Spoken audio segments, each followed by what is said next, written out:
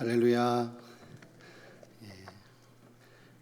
오늘은 8월 15일 광복절이죠. 광복절 76주년 기념일입니다. 광복이라는 말은 빛을 회복했다라는 뜻이죠. 1910년 8월 27일 날 한일 합병이 이루어졌습니다. 경술련에 일어난 국가적 치욕스러운 일이라고 해서 경술국치라고도 합니다. 실제 국권이 탈취된 것은 1905년 을사늑약이라고 할 수가 있겠습니다. 이 40여 년 동안 우리나라는 일제에 의해서 큰 고통을 당했습니다. 그래서 1919년 3월 1일 독립을 위한 만세운동이 벌어지는데요. 이때 조선 교회 교인들이 전 인구의 1.6% 정도가 되었습니다. 그러나 3.1운동을 주도했던 민족 지도자 33인 중에 절반이 넘는 16명이 목사님이고 장로님이셨습니다. 그리고 3.1 만세운동 구속자 중에 85%가 기독교인이었다고 합니다. 이렇게 독립운동의 주도적인 역할을 기독교인들이 한 것입니다.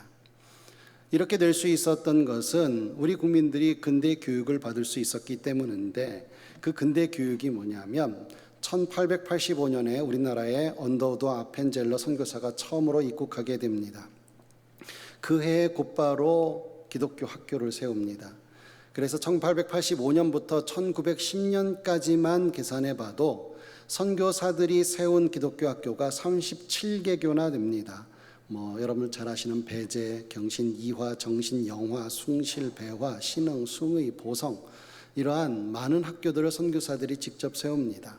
그리고 선교사들의 직접적으로 영향을 받은 기독교인들인 남궁옥 선생님, 이승훈 선생님, 안창호 선생님도 기독교 학교를 세우게 됩니다. 뿐만 아니라 선교사들은 1910년 이후에도 많은 학교들을 세워서 우리나라 사람들을 가르치고 일깨웁니다. 이렇게 기독교 학교에서 신앙과 바른 삶의 가르침을 받고 우리나라 많은 국민들이 배출되게 되는데, 그래서 이들의 기도와 노력으로 일제 국권을 빼앗긴 지 35년 만에 빛을 회복하게 된 것입니다. 아주 유사한 기념일이 이스라엘에도 있는데 바로 유월절입니다. 이스라엘 민족이 애굽에서 종살이하던 때 하나님께서 모세를 지도자로 세워서 해방시킨 날을 기념하는 유대인 최고의 명절입니다.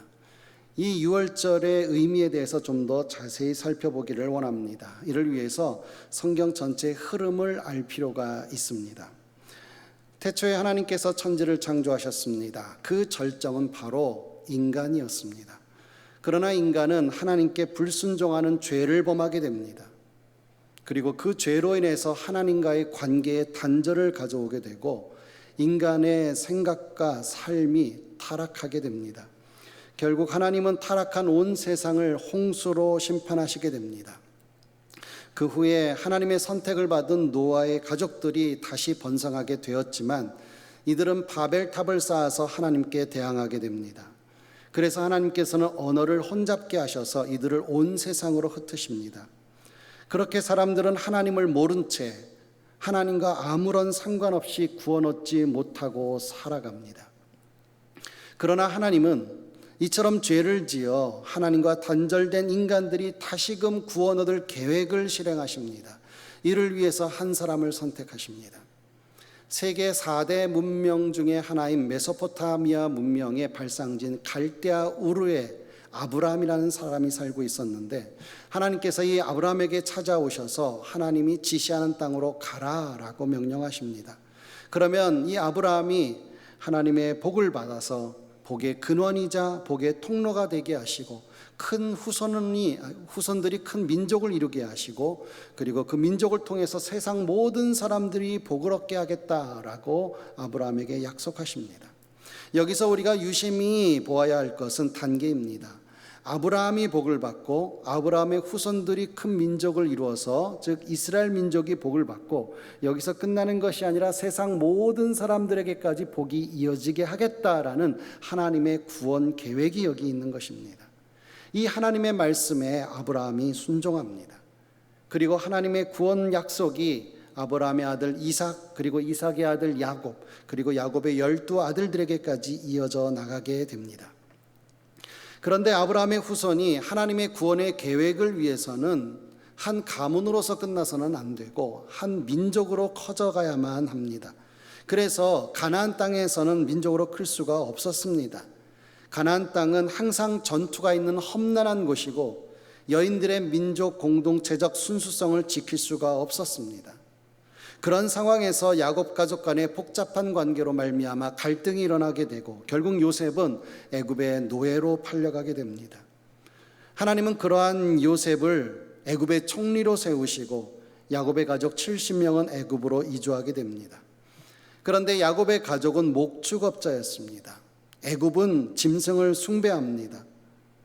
그래서 애굽 사람들은 짐승을 키우고 잡고 팔아먹는 야곱 가족을 천하게 여겼습니다. 그래서 애굽 사람들과 같이 섞여서 살 수는 없었고 구분된 고센 땅에 그들은 정착하게 됩니다. 덕분에 이스라엘 후손은 애굽에 흡수되지 않았고 민족으로, 순수한 민족으로 커져갈 수가 있었던 겁니다. 그렇게 이스라엘은 전쟁 없이 430년간 살면서 큰 민족으로 성장하게 됩니다. 이 모든 것은 하나님의 구원 계획을 이해하고 따랐던 요셉 덕분이었습니다.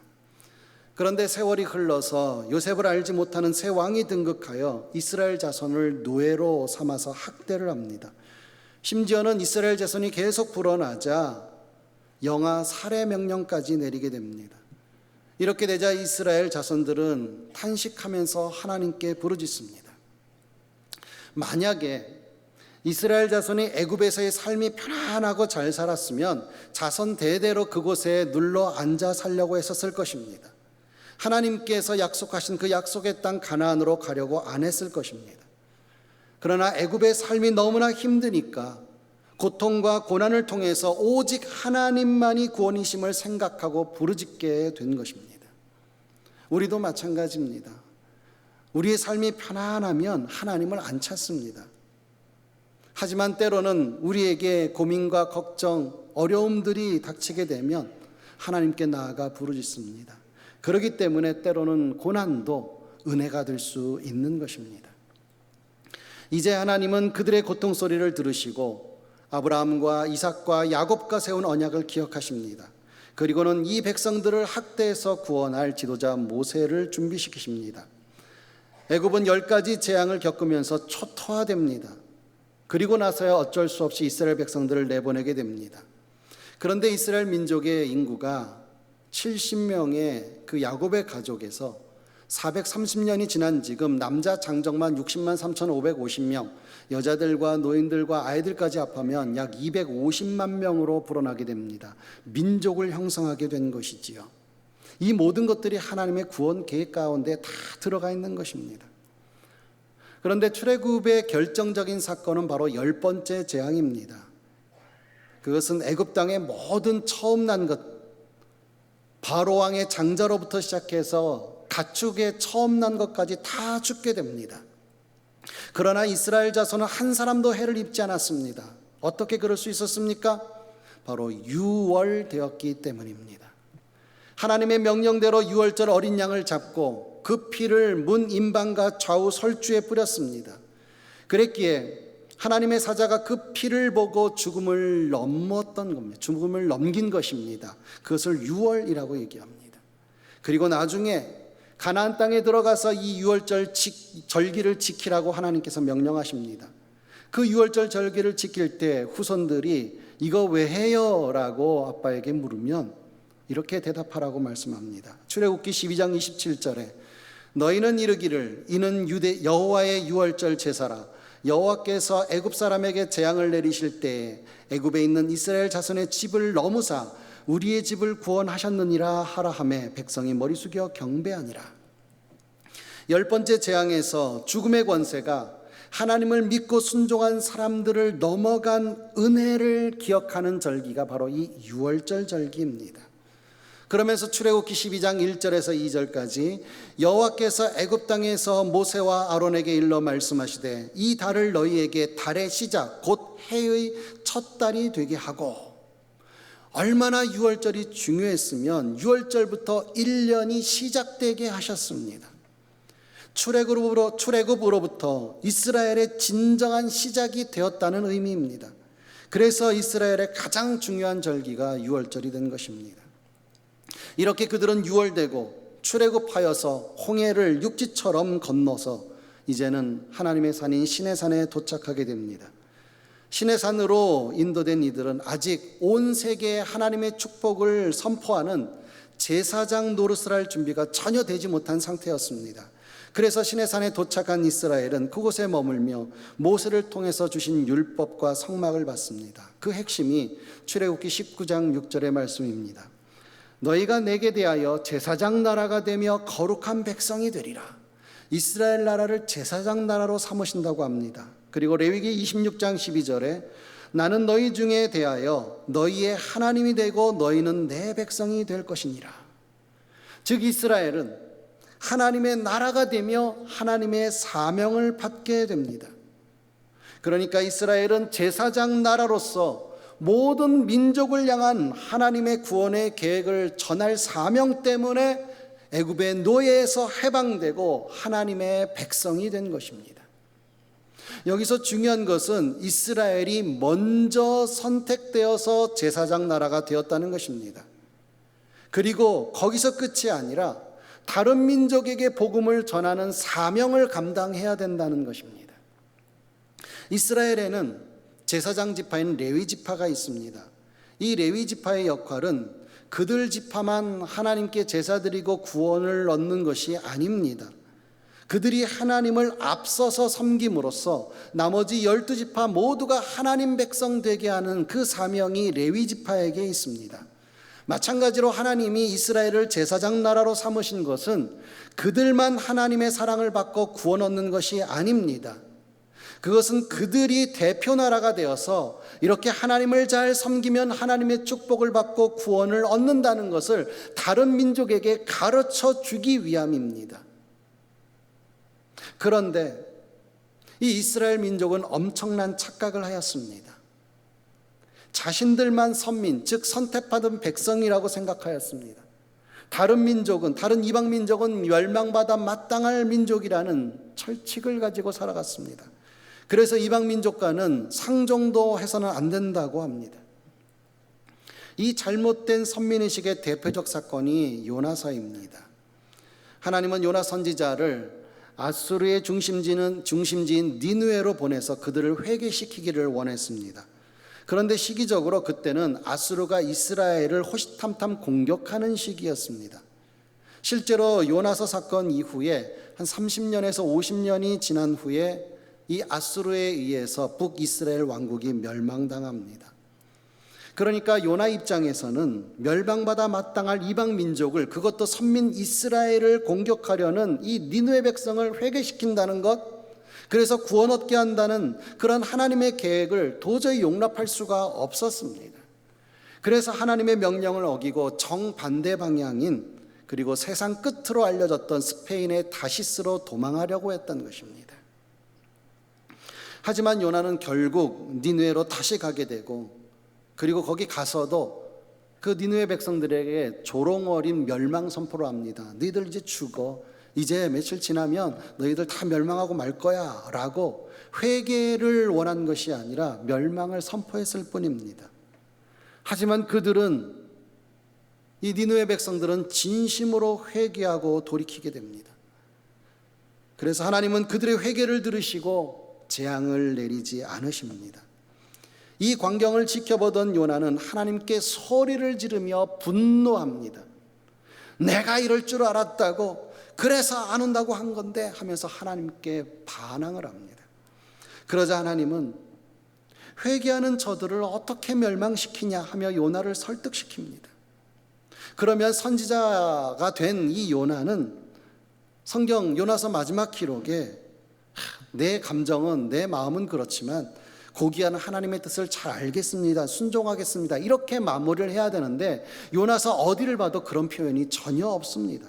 그냥 아무 말 없이 요나서가 끝나버립니다. 요나를 비롯한 이스라엘 민족은 자신들만 하나님의 선택받은 백성으로만 생각했지 제사장 나라로서 사명을 감당해야 하는 것을 알지 못했거나 알아도 용납하지 않았습니다.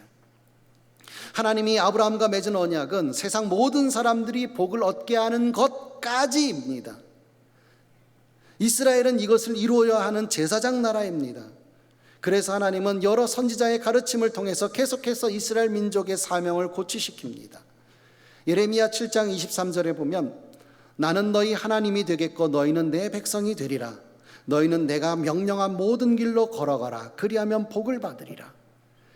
같은 내용이 예레미야 11장 4절, 24장 7절, 30장 22절, 31장 1절, 31장 33절에 반복해서 나옵니다. 이 예레미야서의 내용은 이스라엘이 기원전 586년에 바빌론에게 멸망당하기 얼마 전에 선포한 내용입니다. 하나님은 그들이 하나님 앞에 죄를 범해서 멸망당할 것을 예고하시지만 그러나 반드시 이스라엘을 다시 세우고 회복시키신다, 광복시켜 줄 것이다 라고 약속합니다. 그 내용이 예레미야서의 내용입니다. 다시 얘기해서 그러니까 멸망에서 회복시켜 줄 테니까, 광복시켜 줄 테니까 하나님의 백성으로 사명 감당해라. 이게 하나님의 메시지입니다. 또한 에스겔서에서도 예루살렘이 멸망당한 이후 시대에 회복을 약속하는 말씀이 나옵니다. 에스겔 11장 20절에 보면 내 율례를 따르며 내 규례를 지켜 행하게 하리니 그들은 내 백성이 되고 나는 그들의 하나님이 되리라. 같은 말씀이 36장 28절, 37장 23절, 37장 27절에 반복해서 나옵니다. 이렇게 하나님이 멸망당한 이스라엘을 회복시키는 이유가 뭘까요? 이것은 그들이 감당해야 될 사명이 있기 때문입니다. 신약시대에 와서 바로 그 6월절에 예수님이 십자가에 못 박혀 죽으십니다. 6월절 어린 양 되신 예수 그리스도의 피로 말미암아 사망에서 유월된 사람들이 바로 저와 여러분들인 것입니다. 그리고 예수님은 승천하시면서 믿음의 사람들에게 마지막 사명을 당부하십니다. 사도행전 1장 8절입니다. 오직 성령이 너희에게 임하시면 너희가 권능을 받고 예루살렘과 온 유대와 사마리아와 땅끝까지 이르러 내 증인이 되리라 하시니라. 예루살렘은 이스라엘의 수도입니다. 남쪽 유다 왕국의 중심지입니다. 예루살렘과 온 유대라고 말하면 남쪽 부분의 유대 왕국을 가리킵니다. 사마리아라고 하는 것은 북쪽 이스라엘 왕국의 수도여서 북쪽 이스라엘 왕국을 가리킵니다. 그러니까 예루살렘, 유대, 사마리아. 그런데 거기서 끝나지 않고 예수님께서는 땅 끝까지 이르러 내 증인이 되라. 하나님의 사랑을 땅 끝까지 복음을 전하라라고 명령하신 겁니다. 그런데 사도행전 10장에 보면 예수님의 수제자였던 베드로도 이방인 구원에 대해서 부정적인 인식을 가지고 있었습니다. 그래서 하나님께서는 이방인 백부장 고넬료의 가족을 만나게 하시고 그들이 복음을 듣고 구원을 얻고 성령을 체험하게 됩니다. 이 일로 유대인 그리스도인들에게 비난을 받자 베드로는 그간의 일을 자세히 설명합니다. 그러자 그들도 듣고 참잠하여 하나님께 영광을 돌리며 고백하기를 그러면 하나님께서 이방인에게도 생명 얻는 회개를 주셨도다라고 이제서야 이방인 구원을 인정합니다. 또한 사도 바울이 사역으로 인해 수많은 이방인들이 구원을 얻고 교회가 세워지게 되는데 그런데 그 중에 바리새파 출신의 예수님을 믿는 사람들이 이방인들도 구원받으려면 유대인들이 받는 할례도 받아야 되고 율법도 준수해야 된다라고 요구합니다. 이것 때문에 유대인들과 이방인 그리스도인들과 갈등이 생기게 되었습니다. 그래서 예루살렘 교회에서 회의가 열립니다. 결론은 유대인 자신들도 지키지 못하는 율법 준수를 이방인들에게 요구하지 말라. 그리고 모든 사람이 오직 은혜로 구원받음을 알고 다만 영적인 음행을 멀리하자라고 가르치게 됩니다. 그래서 일부 사람들은 예수님을 믿고 이방인을 향하여서 구원을 선포해서 제사장 나라 역할을 감당하지만 그러나 안타깝게도 이렇게 복음이 제사장 나라였던 이스라엘에서 시작되지만 대부분의 유대인들은 하나님의 구원 계획의 절정인 예수님을 받아들이지 않게 됩니다. 그래서 사명 감당을 못합니다. 결국 이스라엘 나라는 서기 70년에 로마에 의해서 완전히 멸망당하여서 전 세계로 뿔뿔이 흩어짐을 당합니다. 이제 제사장 나라의 역할을 빛을 발하는 역할은 이스라엘 민족에게서 예수 그리스도를 믿는 이방인 그리스도인들인 저와 여러분에게 넘어오게 됩니다. 여러 나라를 거쳐서 우리나라에까지 이르게 된 것입니다. 오늘 본문 이사야 60장 1절에 일어나라 빛을 발하라 이는 내 빛이 이르렀고 여호와의 영광이 내 위에 임하였음이니라. 이 말씀은 하나님의 사명이 우리에게 임하였으니 그 사명을 감당해야 된다라는 말씀입니다. 2절 계속 봅니다. 보라 어둠이 땅을 덮을 것이며 캄캄함이 만민을 가리려니와 세상은 하나님과 상관없는 죄악 속에 있다. 하나님을 믿는 우리들을 방해하고 괴롭힌다. 우리들을 죄악으로 유혹한다. 그러나 오직 여호와께서 내 위에 임하실 것이며 그의 영광이 내 위에 나타나리니 하나님이 우리와 함께 계셔서 하나님의 구원 역사의 사명이 나에게 주어지리니 마지막 3절 나라들은 내 빛으로 왕들은 비치는 내 광명으로 나아오리라. 온 세상이 내가 감당하는 사명으로 하나님의 나라가 될 것이다. 그러니까 일어나 빛을 발하라 라고 하나님께서 선포하고 계십니다. 1945년 우리나라는 일제의 국권을 빼앗긴 지 35년 만에 광복, 빛을 회복하게 됩니다. 그리고 1948년 5월 31일에 첫 국회가 개원하게 됩니다.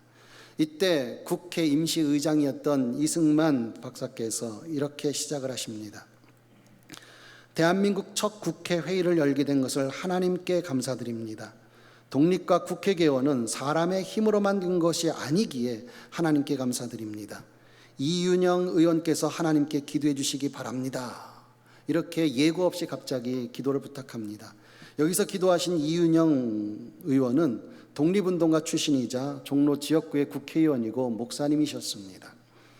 기도하시기를 하나님이여 이 민족을 돌아보시고 이 땅에 축복하셔서 감사에 넘치는 오늘이 있게 하심을 주님께 저희들은 성심으로 감사하나이다. 원컨대 우리 조선 독립과 함께 남북 통일을 주시옵고 또한 민생의 복락과 아울러 세계 평화를 허락하여 주시옵소서. 역사의 첫걸음을 걷는 오늘의 우리의 환희와 우리의 감격에 넘치는 이 민족적 기쁨을 다 하나님에게 영광과 감사를 올리나이다. 평소 하나님의 나라를 꿈꾸며 기도하던 두 선지자 이승만 장로님과 이윤영 목사님을 대한민국의 도구로 사용하시는 하나님의 섭리를 볼 수가 있습니다. 애굽에 종살이하던 이스라엘 민족이 부르짖는 소리가 하나님께 상달되어서 하나님이 그들의 고통 소리를 들으시고 그들을 구원해 내셨습니다. 그렇게 하나님은 이스라엘 민족을 유월시키셔서 제사장 나라로 사명을 주셨습니다. 마찬가지로 하나님은 35년간 일제에 의해서 고통받고 있던 조선의 성도들이 부르짖는 소리를 들으시고 광복, 빛을 회복시켜 주셨습니다. 그리고 이제 우리 대한민국을 제사장 나라로 삼으시고 사명을 부여해 주셨습니다. 1907년 평양 대부운동이 일어나며 평양을 동방의 예루살렘으로 칭하기도 했습니다. 그리고 20세기에 한국교회는 엄청난 부흥을 이루며 이 나라의 크나큰 역할을 감당했습니다. 뿐만 아니라 전 세계에 복음을 전하는 사명을 많이 감당했습니다. 세계 선교사를 가장 많이 파송하는 나라 2위가 바로 우리나라입니다. 1위는 미국이고요. 1위와 2위의 차이가 점점 줄어들고 있습니다.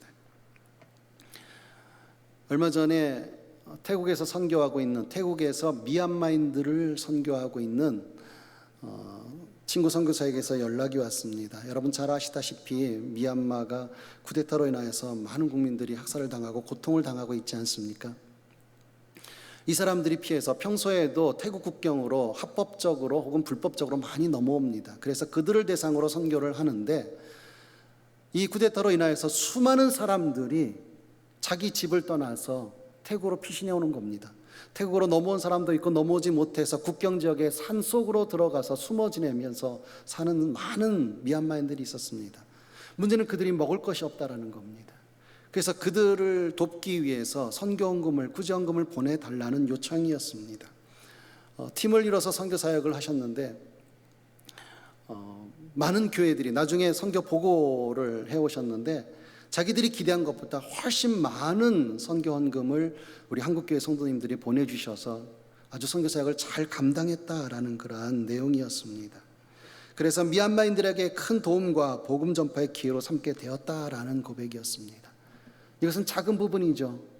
우리나라가 얼마나 많은 선교사들을 파송해서 선교 사역을 감당하고 있습니까? 이것이 바로 하나님의 사명을 감당하는 제사장 나라로서의 역할입니다. 이스라엘도 우리나라와 비슷한 시기인 1948년 5월 14일에 다시 독립했습니다. 아브라함의 후손인 그들은 하나님이 아브라함과 한 약속의 사명을 감당해야만 합니다. 하나님의 복을 받고 복의 근원이 되고 복의 통로가 되고 그들의 후손이 복을 받고 세계 열방이 복받게 해야 한다는 그 사명을 감당해야 하는 것입니다. 그러나 만약에 그 사명 감당 안 하면 그들은 또 버림받게 됩니다. 우리도 오늘 본문 이사야 60장 1절의 말씀처럼 일어나라 빛을 발하라는 말씀을 붙잡고 사명을 감당해야 합니다. 우리도 사명을 잃어버리면 버림을 받습니다. 그러기에 이제 우리는 독립국가로서 복음의 전초기지가 되어 세계에 믿음의 영향을 끼치며 살아가는 나라가 되어야 합니다. 하나님이 선택하신 나라, 하나님이 기뻐하시는 나라, 하나님의 뜻이 펼쳐지는 나라, 하나님의 사명을 받들어 전 세계에 복음을 전하는 선교 한국으로 쓰임받아야만 합니다. 이를 위해서 우리 모두는 부르짖고 응답받고 헌신해야만 합니다. 그래서 하나님 보시기에 대한민국 광복시켜주길 참 잘했다 여기시는 그러한 나라를 이루어가는 저와 여러분이 되기를 간절히 소망합니다. 기도하겠습니다. 하나님 감사합니다. 이스라엘 나라를 제사장 나라 삼으셨듯이 우리 대한민국을 광복시켜 주시고 하나님의 사명을 허락해 주시니 감사합니다. 이제 우리가 버림받지 않기 위해서 하나님께서 주신 사명 감당하기를 원합니다. 하나님께 부르짖고 응답받고 헌신하여서 이 사명 감당해 나가는 저와 우리 모든 성도들, 우리 교회, 이 나라가 되게 하여 주시옵소서. 예수님의 이름으로 기도드립니다.